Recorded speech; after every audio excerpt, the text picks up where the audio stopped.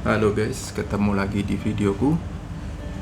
Kali ini kita mau bahas laptop lagi dari Asus, yaitu Asus TUF Gaming yang A15. Ini edisi 2020 kalau nggak salah. Spesifikasinya ini yang pakai Ryzen 4000 tapi yang 4900. Terus untuk GPU-nya pakai RTX 2060. Terus untuk RAM standar bawaannya itu dapatnya 8 GB. Nah, ini kebetulan aku kan belinya second, beli dari temanku. Nah, dia itu jadi udah upgrade RAM. Cuma dia kurang tahu, jadi waktu dia upgrade RAM, ini clock speed yang RAM bawaan itu 8 GB 3200 mHz. Nah, dia beli upgradeannya ini 8 GB tapi yang 2666 mHz. Ini barangnya. Jadi 8 GB tapi yang 2666 mHz. Nah, pengaruhnya apa? 2666 sama 3200. Itu kan, sorry nih ya kalau salah, tapi itu kan clock speednya ya. Jadi semakin tinggi angkanya, speednya itu jadi semakin bagus. Nah, RAM-nya laptopnya ini kan bawaannya 3200. Kalau si temanku itu beli RAM tambahan, di soket yang keduanya dipasang yang 2666, otomatis speed yang bawaannya ini tadi 3200 itu nggak kebaca. Yang kebaca jadi 2666. Jadi meskipun RAM-nya dari 8 naik ke 16, tapi clock speed yang dibaca itu yang terendah yang ada. Ya, itu yang dibaca jadinya 2666 tadi. Jadi 16 GB di 2666 mHz. Ya, nggak signifikan sih sebetulnya. Cuma sayang gitu loh, karena bawaannya 3200 jadi turun ke 2666. Jadi ini aku beliin. Tadi aku cari di Tokped, ada kebetulan yang jual di Surabaya 8 GB yang 3200 mHz, satu keping. Nah, sudah. Ini untuk saat ini sudah aku ganti RAM-nya. Terus gimana performanya? Nanti juga kita cobain pakai game biasa, pakai Fortnite. Secara umum kurang lebih dari hasil pengujiannya itu enggak sih kalau signifikan banget kenaikannya. Kurang lebih 5% lah kenaikan FPS ya. Ini ngomong kenaikan FPS dari game yang aku coba, yaitu ya cuma Fortnite tadi, karena gamenya aku cuma ngetes di Fortnite. Kurang lebih 5%. Kalau sebelum diganti RAM-nya kurang lebih misalkan di suatu tempat yang sama itu bisa dapat sekitar 100 fps, kurang lebih naik turun sedikit gitu loh, paling 103 turunnya di 97. Nah, begitu aku ganti RAM-nya itu bisa mencapai ke 110. Jadi kurang lebih dari 103 ke naik ke 110 kan naik 7, ya kurang lebih 5%an lah, kurang lebih aja. Ngefek enggak? Ya ngefek. Jadi itu kan soalnya sudah sama-sama 16 GB ya RAM-nya. Kalau dia nggak di-upgrade RAM, masih pakai RAM bawaan 8 GB, mungkin di bawah itu lagi. Mungkin sekitar 90-an FPS gitu loh. Terus naik bisa jadi ke 100, hampir 110 kan lumayan. Terus kapan saatnya orang masih beli yang 266 mHz ini tadi? Kalau pandanganku sih, mestinya yang beli 2666 mHz itu ya kalau bawaan RAM dari sononya ya memang cuma 2666. Jadi memang supportnya sampai di situ, di 2666. Terus kita lanjut bahas laptopnya sendiri. Kalau TUF ini kan ya seperti yang kita tahu, TUF itu kan seri bawahnya dari ROG. Jadi kalau kayak HP dia punya Omen, bawahnya Victus yang sudah pernah kita coba. Kalau Lenovo atasnya Legion, bawahnya IdeaPad Gaming. Nah, kalau yang punya Asus ini yang atasnya ROG, bawahnya TUF Gaming. Terus untuk seri A itu yang prosesornya pakai Ryzen, yang seri F yang prosesornya pakai Intel. Ini sepengetahuanku loh ya, sorry kalau keliru. Terus untuk GPU-nya tadi kan yang 2060 dia di 90 watt kalau nggak salah TDP-nya.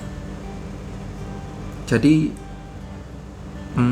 kalau menurutku ini posisinya dibandingin laptopku sebelumnya di atasnya yang Legion kemarin yang 1660, tapi masih sedikit di bawahnya yang Victus. Sedikit, soalnya yang Victus kan 3060, ini 2060. Meskipun ini prosesornya dia Ryzen-nya udah Ryzen yang seri 9. 4900. Ya Ryzen 9. Yang kemarin waktu Victus kan 5000 tapi 5600. Pengaruhnya ya di core-nya. Ini ada di 8 core, kalau nggak salah yang Victus kemarin 6 gitu, 6 core. Terus secara performa, jadi kalau aku ngomong sedikit lah masih di bawah yang Victus, tapi kalau dibandingin yang Legion lumayan jauh di atasnya. Soalnya yang Legion kemarin prosesornya 4800, ini 4900. Nah 4800 dan 4900 itu bedanya ada di clock speednya, lebih tinggi yang 4900. Ya, jadi 4800 sama 4900 jelas lebih bagus 4900. Jadi ini prosesor udah menang, cuma dia kalahnya tadi kan RAM bawaannya masih 8, tapi sudah upgrade jadi 16, jadi sama aja di 3200 juga. Terus untuk GPU-nya yang Legion kemarin 1660, ini 2060. Nggak signifikan sih, cuma kan yang 2060 otomatis sudah ikut kelasnya RTX, dia sudah ada DLSS, jadi waktu aku main tadi dia sudah bisa nyalakan DLSS-nya seperti waktu Victus dulu tak nyalakan. Ya itu lumayan menolong, jadi bisa dapat di 100 fps dengan grafik yang bagus. Oke sih kalau menurutku.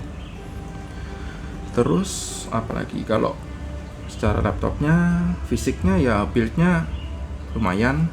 Wobble-nya kalau dibandingin Victus jauh lebih kecil. Victus kemarin geternya lama banget, nggak berhenti-berhenti, ini udah sebentar berhenti. Terus build-nya nggak tahu ini bahannya apa ya, kayak metal tapi kok ya bukan metal, kayaknya sih plastik, cuma agak ngeplek bekas tangan. Terus keyboardnya khasnya TUF, itu ada tombol WASD nya, ini warnanya beda. Terus untuk RGB-nya dia keyboardnya full RGB tapi satu zona, jadi nggak bisa 4 zona kayak waktu Legion kemarin. Bisa berapa keterangan? 1, 2, 3 tingkat off, 1, 2, 3. Terus untuk modenya 1, 2, 3, 4 macam.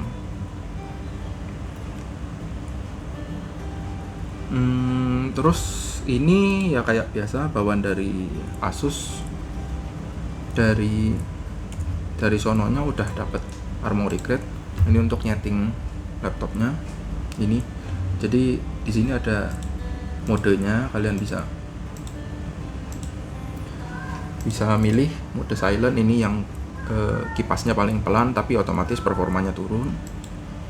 Bisa menengah, ini performance, atau yang turbo ini kipasnya banter banget.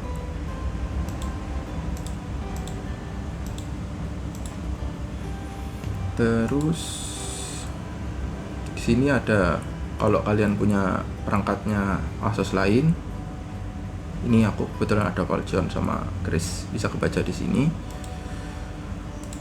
Terus selain itu, di sini bisa buat nyeting RGB juga. Ini kalau kalian ada beberapa perangkat yang punyanya Asus ROG, bisa di sini bisa disetting barengan. Jadi overall kalau masalah laptopnya, setelah diganti RAM-nya tadi, ini aku baru pakai sih, cuman tak pakai sekilas sih kayaknya cukup oke juga, nggak terlalu berat juga. Terus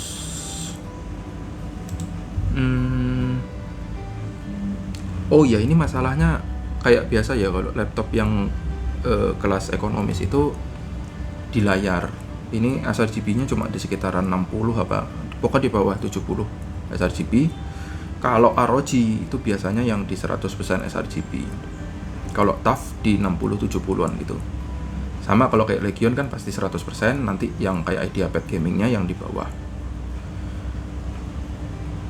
Tapi kalau umpama buat gaming sih sebenarnya 70% sRGB itu nggak terlalu parah lah. Maksudnya yang penting kan masih bisa buat main. Toh tujuannya kan untuk main. Kalau memang toh kalian kepinginnya 100% sRGB, bisa konekin ini ke display, beli monitor gitu ya sudah 100% sRGB. Kecuali kalian sambil content creator. Nah, itu mungkin butuh 100% sRGB. Nah, kalau kalian sambil makainya gaming sama buat konten-konten bikin YouTube atau apa, mungkin sebaiknya ngambil yang ROG atau Omen, Legion, ya kayak gitu yang bisa 100% sRGB.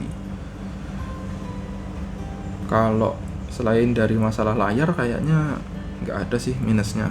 Biasanya sih gitu, cuma dia kompensasinya turunnya di layar. Untuk kipasnya tadi aku sudah buka kipas anginnya, kipas angin. Ventilasinya ada 2 kipasnya. Buangannya kayaknya ini ke samping sini, sedot dari bawah buang ke samping sama ke belakang. Terus untuk port-portnya di sini cuma ada 1 USB di sebelah sini ini colokannya kabelan HDMI, 2 USB, 1 USB-C sama colokan 3,5 mm untuk headset. Kayaknya gitu aja sih. Biasa ini ada webcam juga. Gitu aja tentang laptop ini. Jadi intinya laptopnya cukup recommended kalau untuk gaming yang menengah-menengah. Tapi kalau kalian sama content creator kurang cocok. Atau kalau gamingnya kalian lebih ekstrim, mungkin kalian bisa ambil yang kayak Victus kayak gitu loh. Harganya lebih mahal sedikit tapi lebih oke. Oke, kayaknya gitu aja yang bisa aku bagiin. Makasih yang udah nonton.